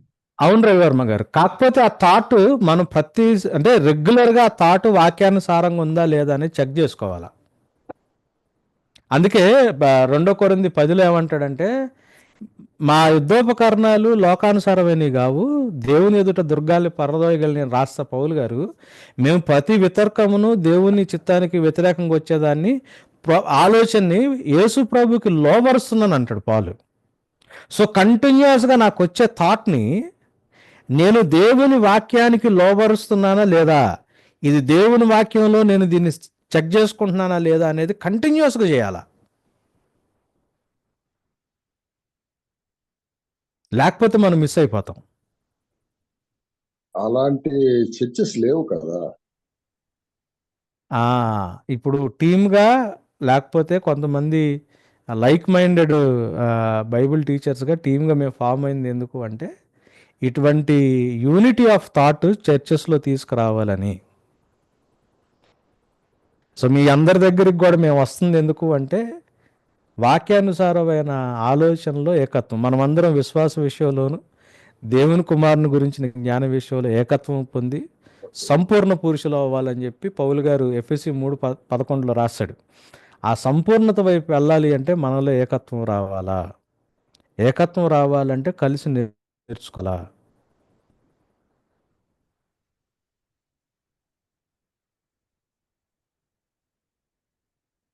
బోధ నేర్పించే దగ్గర ఉంటుంది, బోధ ఆలోచనలో ఉండదు. దైవావేశం వల్ల కలిగిన ప్రతి లేఖను బోధించడానికి. బోధ ఆలోచనలో ఉండదు, బోధ నేర్చుకునే దగ్గర ఉంటుంది. బైబిల్ నేర్పించాలంటే మన ఆలోచన సరిపోదు, మన ఆలోచన ప్రాపర్ ఎడ్యుకేషన్ ద్వారా సరి చేయబడాల ప్రతిసారి. One more question. Yeah.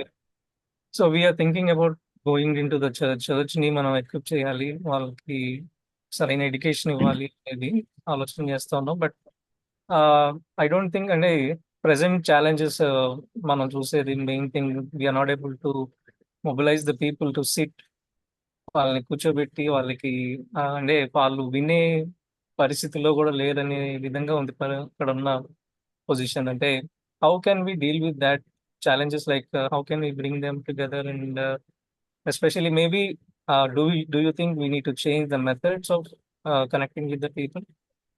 అంటే నాకు తెలుసండి, లైక్ మైండెడ్ పీపుల్ ముందు కలవాలా, వాళ్ళు నేర్చుకుంటా ఉండాలా, ప్రార్థన చేయాలా. అయితే మనిషికి అసాధ్యమైంది దేవుని వల్ల సాధ్యం అవుతుంది. Group of 12 members began the movement ప్రపంచంలో కదా. సో అదే పరిశుద్ధాత్ముడు ఇప్పటికీ పనిచేస్తున్నాడు. అదే యేసయ్య మనల్ని, వాళ్ళల్లో మార్పు లేదు. సో మనకి ముందు అట్లీస్ట్ మనం ఒక చిన్న గ్రూప్ అయినా మనం కమిట్ అయ్యి, అరే మనం నేర్చుకుందాం, ముందు మన మైండ్ సెట్ సరి చేసుకుందాం, నేర్చుకుని సెట్ చేసుకుంటా మనం కలిసి ప్రార్థన చేద్దాం. ప్రార్థన చేసినప్పుడు మనుషులకు అసాధ్యమైంది దేవుని వల్ల సాధ్యం అవుతుంది. అది లేకపోతే మనకి టఫ్ టాస్క్ లాగా ఉంటుంది. రోమా ప్రభుత్వం అంత భయంకరమైన బార్బేరియస్ కింగ్డమ్ ముందు 12 మంది నిలబడ్డారు అంటే వాళ్ళకి అది ఎంత మొనాస్ట్రస్ ఛాలెంజ్ అయి ఉంటుందో. బట్ స్టిల్ ఆయనలో మార్పు లేదు, దేవుళ్ళలో మార్పు లేదు. Only thing is we need to have that, అంటే ఏకాత్మ ఏక మనసుతో కూర్చోవాలి, నేర్చుకుందాం, రెడీ అవుదాం, ప్రార్థన చేద్దాం, ప్రభువు యొక్క నడిపింపు కొరకు వెయిట్ చేద్దామని ఎప్పుడైతే మనం అట్లా వెయిట్ చేస్తామో, I think another Pentecost will break. అంటే పెంటకోస్ట్ అంటే మళ్ళీ మనం భాషల్లో ఆ ఉద్దేశం కాదు నాది, అట్లా కాదు. మరలా అట్లాంటి ఉద్యమం దేవుడు స్టార్ట్ చేస్తాడు. 12 మంది, వాళ్ళు చాలా తక్కువ మంది ఉన్నారు కదా, చిన్న గ్రూపు. ఇక్కడ 58 మంది ఉన్నాం ప్రస్తుతం.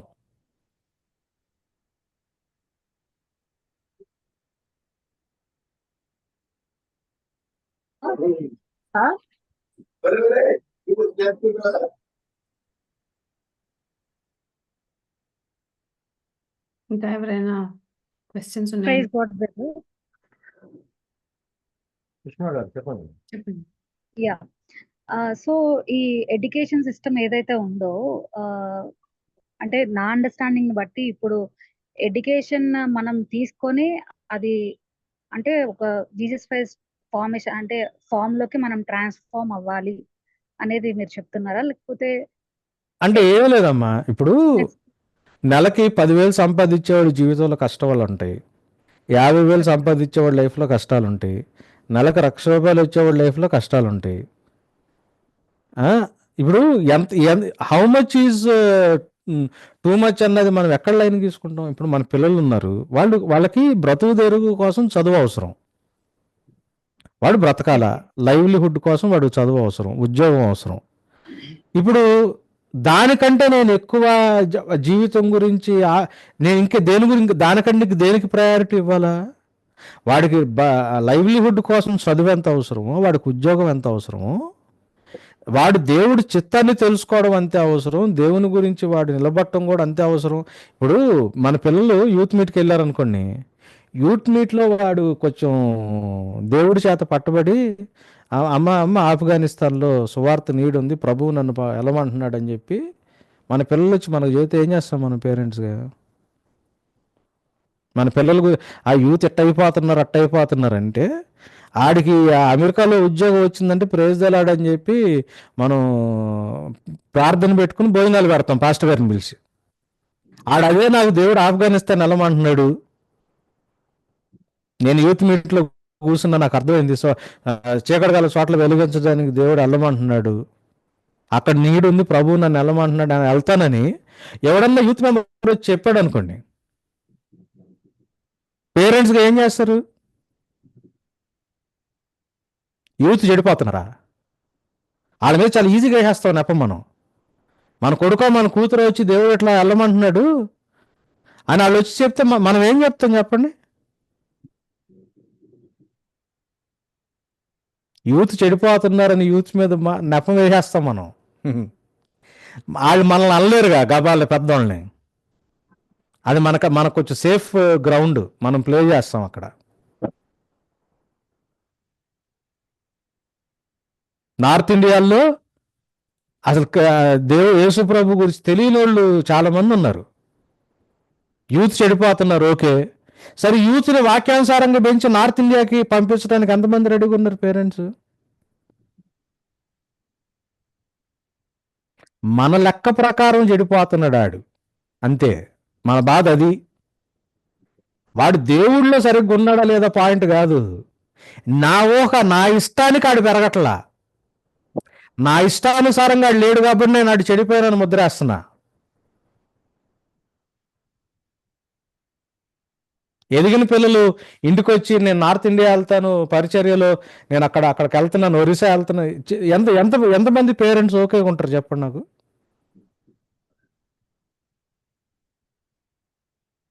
మనం మన ఇష్టానుసారమైన లెన్స్ పెట్టుకుని ఆ లెన్స్లో నా కొడుకుని చూసి ఇటు చెడిపోతున్నాడు అనుకుంటా, యూత్ చెడిపోతున్నాడు. అసలు మనకు ఆ చెడిపోవడం అంటే ఏంటో మనకే డెఫినేషన్ లేదు.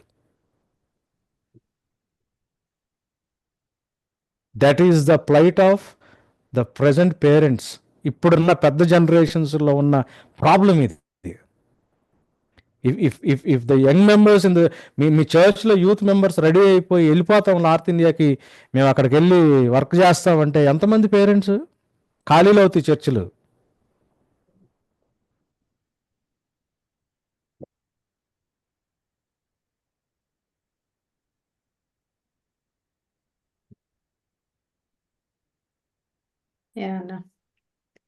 Thank you so much for that. Yeah, sorry, కొంచెం సీరియస్గా నేను ఎంఫసైజ్ చేస్తున్నాను, but this is the truth. My question is, అంటే ఈ KG2 ఏదైతే ఇంటర్ వరకు లేకపోతే గ్రాడ్యుయేషన్ వరకు ఈ ప్రాసెస్ అనేది అంటే వాళ్ళ ఇంటెన్షన్స్ యూత్ మీద, అంటే పేరెంట్స్ చిల్డ్రన్ మీద పెట్టడం అనేది కరెక్ట్ కాదు అని మీరు అంటే అంటున్నారు. లైవ్లీహుడ్ కోసం చదువు అవసరం అమ్మా, చెప్పించాలా. అది అవసరం. దాంతోపాటు దానికంటే ఎక్కువగా వాక్యానుసారమైన ఎడ్యుకేషన్ కూడా మనం ప్రొవైడ్ చేయడానికి ప్రయత్నం చేయాలి సైమల్టేనియస్గా. అది బ్యాలెన్స్ ఎప్పుడైతే మిస్ అవుతుందో, బ్యాలెన్స్ ఎప్పుడు మనోళ్ళు డిగ్రీలు చదవాలా, లేకపోతే ఇంజనీరింగ్లు చేయాలా, పీజీలు చేయాలా, వాళ్ళు పెద్ద పెద్ద పొజిషన్స్లోకి వెళ్ళాలా, వెళ్తేనే దేవుడి కోసం నిలబడే ఛాన్స్లు వస్తాయి డానియల్ లాగా. సో మనం ఆ ఎడ్యుకేషన్ సిస్టమ్ ఏమంటలేదు, దానిని బ్యాలెన్స్ చేస్తా మనం వాక్యానుసారమైన ఆలోచన మనం వెళ్ళగలిగి ఉన్నాం అన్నది పాయింట్. నేను దీన్ని తీసేయమంటలా. We need to balance it in a proper way. ఒక రాంగ్ పర్సెప్షన్ ఉంటది, చదువుకోకపోయినా దేవుడు జ్ఞానం ఇస్తాడు, విశ్వాసం ఉంచితే ఆయనే అంత ప్రొవైడ్ చేస్తాడు అని ఖాళీ కూర్చున్న వాళ్ళు కూడా చాలా మంది ఉంటారు. కాబట్టి తెస్సలోనిక పత్రికలు ఏమంటాడంటే, అటు పని చేయనడుగు తిని పెట్టొద్దు అంటాడు పాలు. పని చేయనడుగు తిని పెట్టొద్దు అంటాడు పాలు.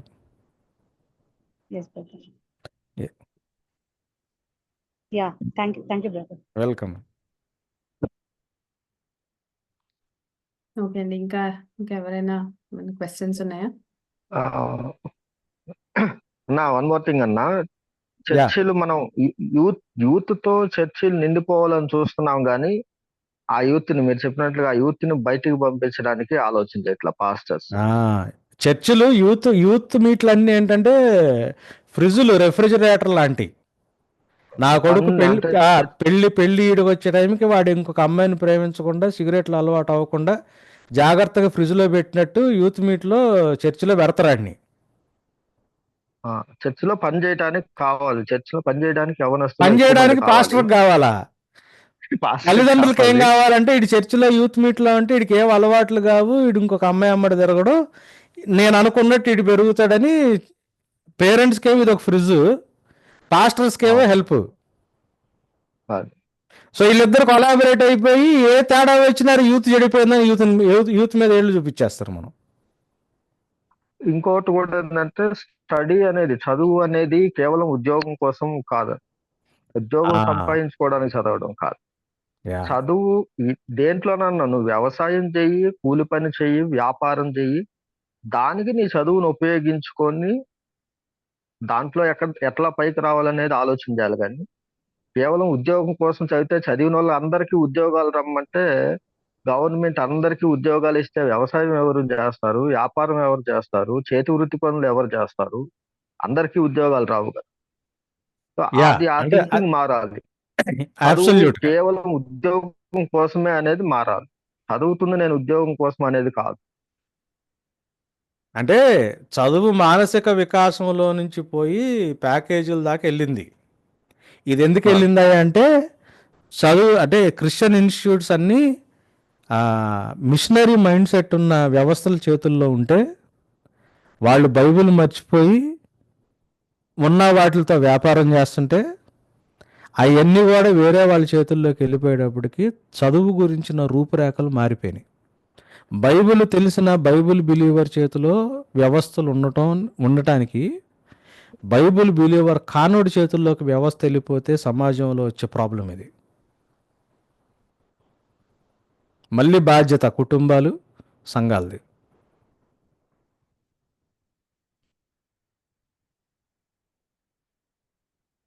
Yes, yes, please take over, Ramya. Yeah. So Christian కమ్యూనిటీలో ఉన్న యూత్ ఫేస్ చేస్తున్న ఇష్యూస్, మరి దానికి స్పిరిచువల్గా మరి స్క్రిప్చువల్గా మీరు ఇచ్చిన సొల్యూషన్ బట్టి కూడా థ్యాంక్ యూ రవికాంత్ అన్న. అలాగే ప్రాక్టికల్గా కూడా అందరితో డిస్కస్ చేసి చాలా విషయాలు అందరు నేర్చుకోవడానికి హెల్ప్ఫుల్ అయింది డిస్కషన్ కూడా. డెఫినెట్గా వేర్ వీఆర్ ఫెయిలింగ్ అనే విషయం ఒకసారి మనం ఎగ్జామిన్ చేసుకోవడానికి ఖచ్చితంగా ఇది మాకు హెల్ప్ అయింది.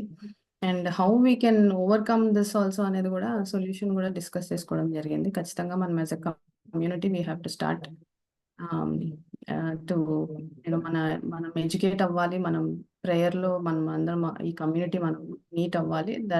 తద్వారా we can impact the society and make sure our children are growing up in the right society. So thank you so much. We can అనే కంటే we have to, we must. We must definitely.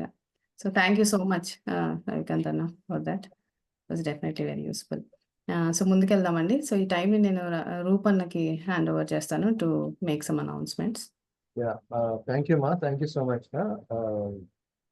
Team fellowship meeting లో పాల్గొన్న మీ అందరికీ కూడా శుభాలు తెలియజేస్తూ ఈ నెలలో టీం తరపున జరుగుతున్నటువంటి పరిచర్య కార్యక్రమాన్ని మీకు తెలియజేయాలని, అంటే న్యూస్ చేస్తుందండి, తెలియజేయాలని మా ప్రయత్నం.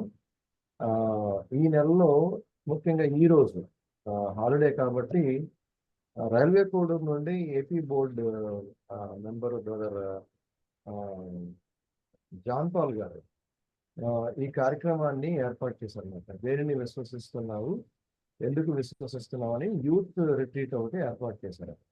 Master John Paul is our board member, AP board member ఆయన. దీనికి బ్రదర్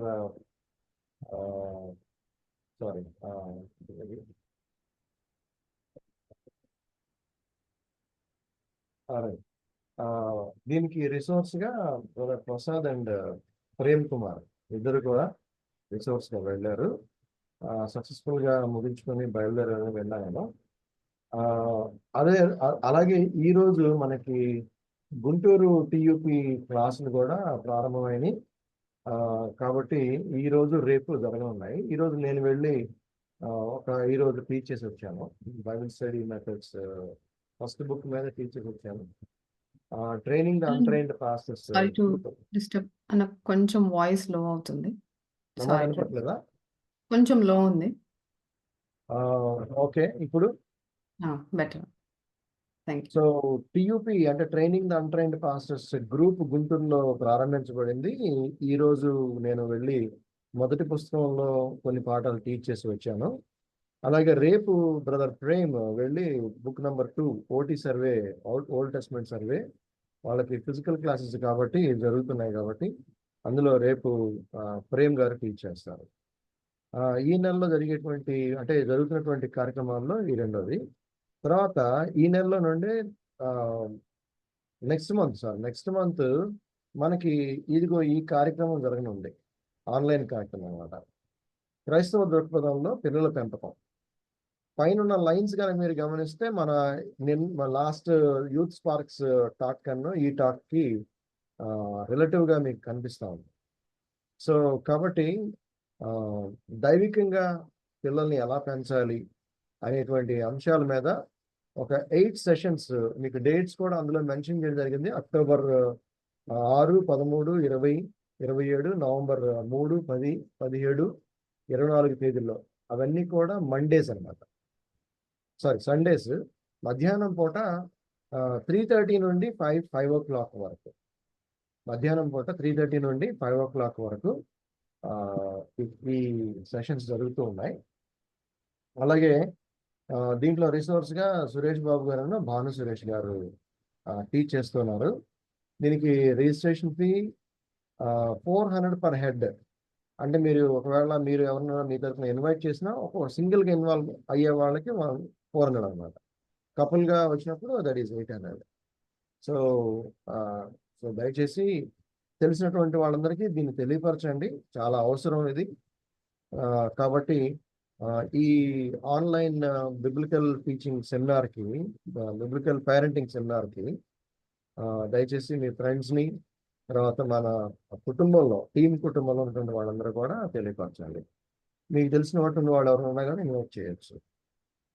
ముందుగా రిజిస్ట్రేషన్ చేసుకోవాలి. 29th, ఈ month 29th last date for registration.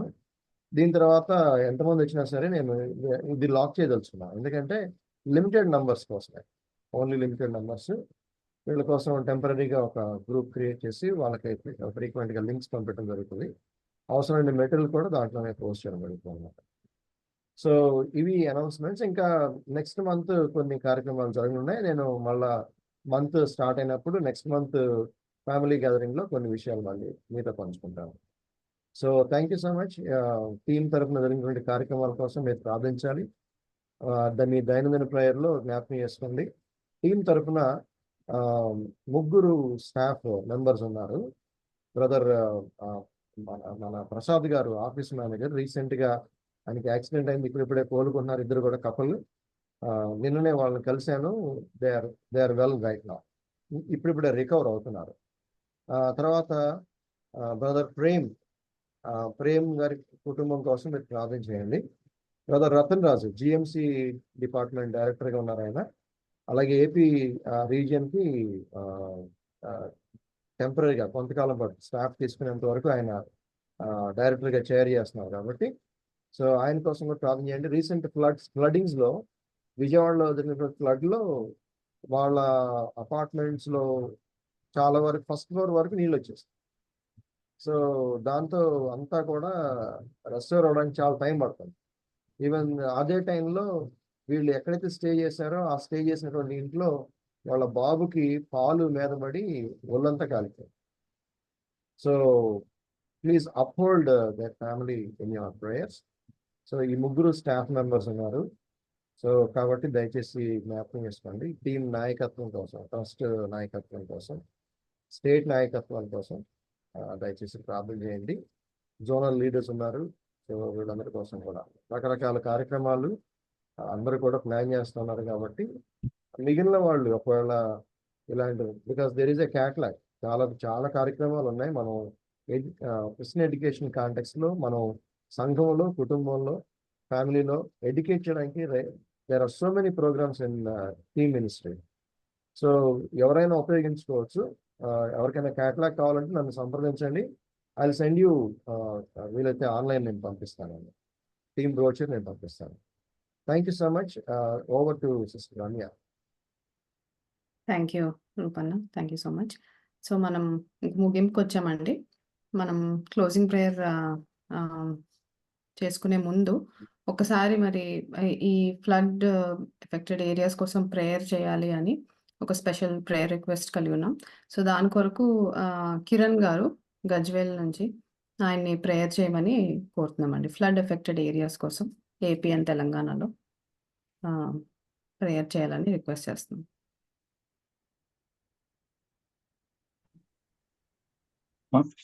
ఆమె ఆడిబుల్ అమ్మా? Yes sir. ప్రార్థన చేసుకుందాము. Our gracious Heavenly Father, we thank you and praise you for this wonderful evening, that you have given us this oneness in your Holy Spirit, and made us assemble in your holy name virtually, and given us this heart with a burden to pray for the victims of the flood affected areas, Master. Hundreds of lives have perished. Thousands of cattle have flooded. Estimated 4.5 lakh area has been affected due to this flood, Master. Thousands of crores of crop and cattle damage was recorded. But one thing we don't understand, that you allowed it with a purpose. You allowed it to teach us the reason behind this calamity is driving ourselves afar from you, Master. But we are just humans, Master, coming at your feet, begging for your compassion and mercy on the families who are victims of this flood and all the lives that have perished without knowing you, Master. You are a graceful God. You are a compassionate God.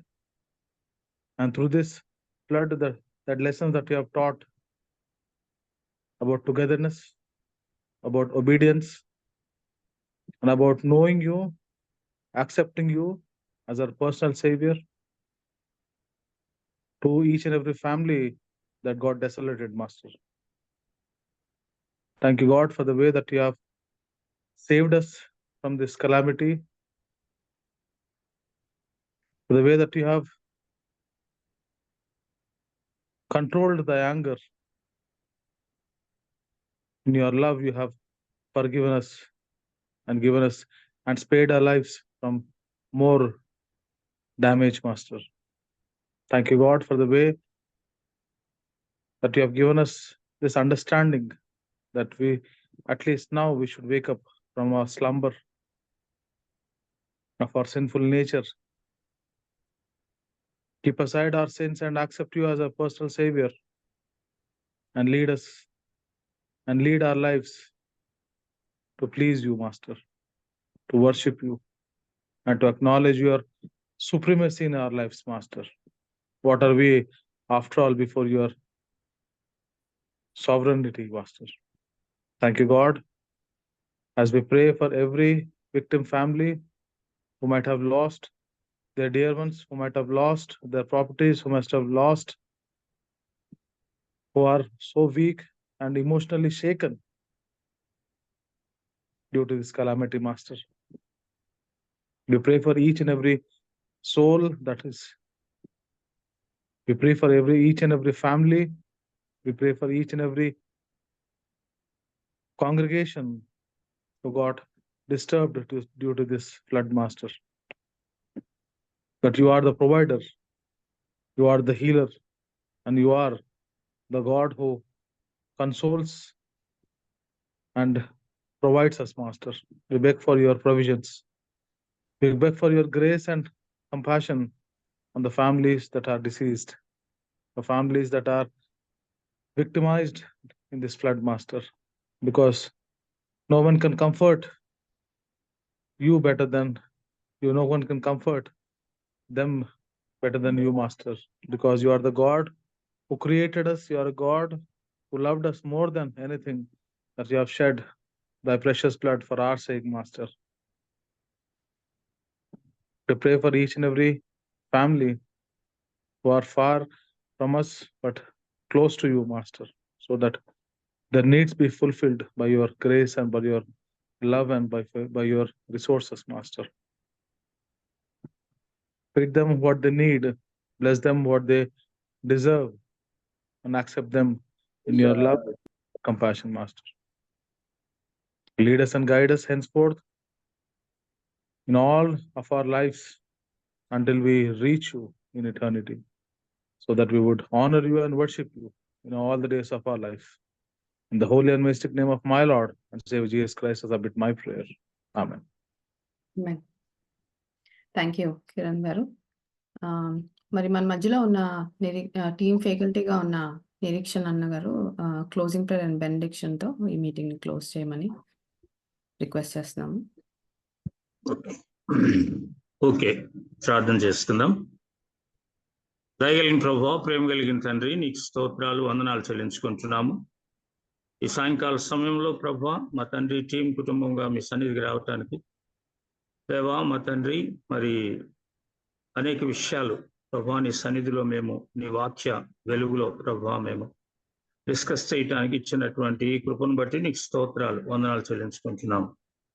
ముఖ్యంగా ప్రభువా మా తండ్రి, యవనస్తులు దేని చేత తమ నడత శుద్ధిపరచుకుందరు, నీ వాక్యమును బట్టి దాన్ని జాగ్రత్తగా చూసుకుంటూ చేతనే కదా మరి నీ వాక్యంలో చదువుకున్నటువంటి రీతిగా దేవా ఈ సమయంలో తండ్రి ప్రత్యేకంగా దేవా ఉంటున్నటువంటి లోకంలో ఉంటున్నటువంటి పరిస్థితులు, ముఖ్యంగా మా సంఘంలో ఉంటున్నటువంటి పరిస్థితులని ప్రభువా మేము ఒకసారి మననం చేసుకోవడానికి ఇచ్చిన కృపను బట్టి నీకు స్తోత్రాలు.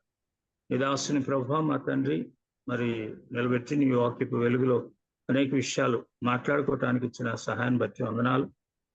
ఎవరెవరైతే ప్రభువా మా తండ్రి ఈ సమయంలో ఈ జూమ్ మీటింగ్ ద్వారా ఈ విషయాల గురించి విని ఉంటున్నారో ప్రభువా, వినివారు మాత్రమే ఉండకుండా వాక్య ప్రకారము ప్రవర్తించేవారుగా ఉండటానికి మీ కృప దైత్యమని ప్రతిమలాడుకుంటున్నాం. దేవా, ఉన్నటువంటి వీరిలో నీ వాక్యాన్ని బట్టి ప్రభువా ప్రతి బిడ్డ ఆలోచించుకొని వారి వారి కుటుంబాల్లో వారి వారి జీవితాల్లో ప్రభువా వాక్యానుసారమైనటువంటి జీవిత విధానాన్ని అలవాటు చేసుకోవటానికి వారి బిడ్డలకు వారి తల్లిదండ్రులు వారు తండ్రి అలవాటు చేసుకోవటానికి నీ కృపను మెండుగా దైత్యమని బ్రతమలాడుకుంటున్నాం. ప్రభువా మా తండ్రి, మా రక్షక, ఆ విధంగా ఈ సొసైటీలో నీ కొరకు నమ్మకమైనటువంటి బిడ్డలంగా మేము జీవించడానికి నీ కృప మాలో విస్తరింప చేయమని మరొక మీటింగ్లో మేము కలుసుకుని పర్యంతం నీ కృపను మాకు జోడించి నడిపించమని యేసుక్రీస్తు నామం పేరట స్తుతించి ప్రార్థించి వేడుకుంటున్నాం తండ్రి, ఆమేన్. మన ప్రభువైన యేసుక్రీస్తు వారి యొక్క కృప, తండ్రి అయిన దేవుని ప్రేమ, పరిశుద్ధాత్మ దేవుని యొక్క సహవాసం మనకు తోడుగా నుండి ఆ విధముగా వాక్య ప్రకారం జీవించడానికి దేవుడు తన కృపను మన ఏళ్ళ విస్తరింప చేయనుగాక. ఆమేన్. ఆమేన్. Thank you. Thank you. Thank you everyone for taking time to join